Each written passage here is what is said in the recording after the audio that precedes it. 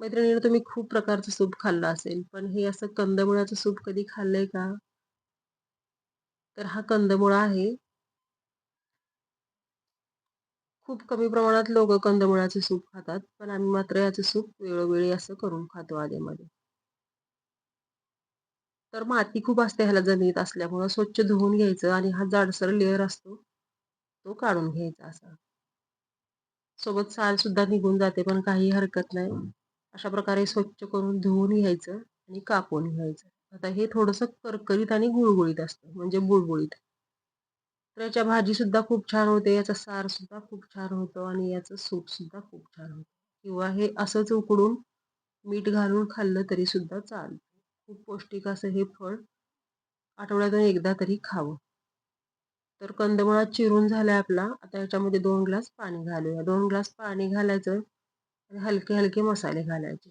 गरम मसाला घालायचा अर्धा चमचा, अर्धा चमचा लाल तिखट घालायचं आणि थोडंसं मीठ घालायचं. जेणेकरून ह्याला थोडीशी चव येईल. कारण कंदमुळाला अंगची अशी चव नसते जरासुद्धा. आता कुकरला झाकण लावूया आणि कुकरच्या 2 शिट्ट्या करून घेऊया. 2 शिट्टीमध्ये खूप छान शिजतं. थोडंसं गुळगुळीत असतं हे. खायला चव थोडीशी वेगळी असते, पण शरीराला खूप पौष्टिक असते. तर 2 शिट्टीमध्ये हे एवढं शिजलंय बघा. आता याला मॅश करून घेऊया. तर थोडंसं गुळगुळीत असल्यामुळे मॅश पटकन होत नाही, हे सटकतं मॅश करताना. अशा प्रकारे मी मॅश करून घेतले ह्याला. आता ह्याच्यामध्ये परत 2 ग्लास पाणी घालूया. आधी आपण 2 ग्लास पाणी घातलं होतं, ते पूर्ण शोषून घेतलं होतं याने. खूप पाणी लागतं ह्याला शिजवायला आणि जवळ-जवळ 3 शिट्ट्या दिल्या होत्या मी. आता आपण फोडणी करूया. तर फोडणीसाठी गॅसवरती कढई ठेवली आहे. थोडंसं बटर घालायचं अर्धा चमचा. 2-3 लसणाच्या पाकळ्या चिरून घेतल्या होत्या. अद्रक थोडंसं अर्धा इंच चिरूनच घेतलं होतं. आता याच्यासोबत तुम्ही अजून भाज्यासुद्धा ॲड करू शकता. कांद्याची पात, कोबी वगैरे. पण ह्याचा जो रस्सा आहे तो मूळचाच इतका घट्ट आहे, की त्याच्यामध्ये आपल्याला कॉर्नफ्लॉवर किंवा अजून कुठल्या भाज्या घालायची गरजच. आता हे छान भाजून घेऊया. थोडंसं ब्लॅक पेपर टाकूया. अर्धा चमचा टाकले मी काळी मिरी पावडर. हलकसं भाजून घेऊया आणि तयार केलेलं पाणी घालूया याच्यामध्ये.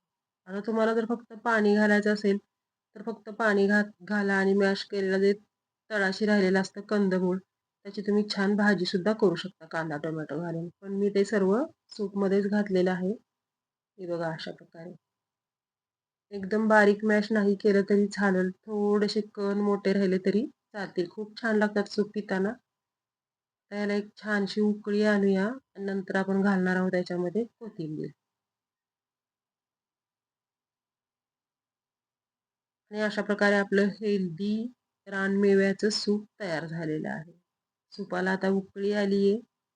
गॅस बंद करूया आणि गरमागरम सर्व्ह करूया. रेसिपी आवडली तर करून बघा. चॅनलला सबस्क्राईब करा, लाईक, शेअर आणि कमेंट करा आणि अशा प्रकारे सूप तयार.